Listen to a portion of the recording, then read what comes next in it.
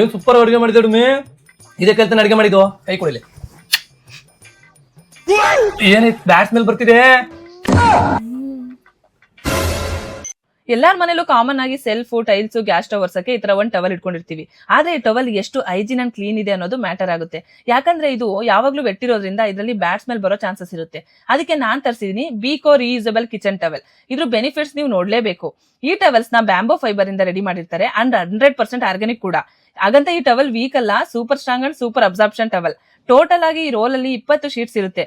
ಈ towel reusable ಆಗಿರೋದ್ರಿಂದ ಒಂದ್ ಟವಲ್ ನ ಏನಿಲ್ಲ ಅಂದ್ರೂ ವಾಶ್ ಮಾಡಿ 100 ಟೈಮ್ಸ್ ಯೂಸ್ ಮಾಡಬಹುದು. ಬಟ್ಟೆಗಳಲ್ಲಿ ಒರೆಸಿದಾಗ ಲೈನ್ ಬರೋ ಸ್ಮೆಲ್ ಬರೋ ಚಾನ್ಸಸ್ ಇರುತ್ತೆ. ಆದ್ರೆ ಇದರಲ್ಲಿ ಆತರ ಆಗಲ್ಲ. ನಾರ್ಮಲ್ ಟವಲ್ ಗಿಂತ 5 ಪಟ್ಟು ಹೆಚ್ಚು ಅಬ್ಸಾರ್ಪ್ಷನ್ ಮಾಡ್ಕೊಳ್ಳುತ್ತೆ.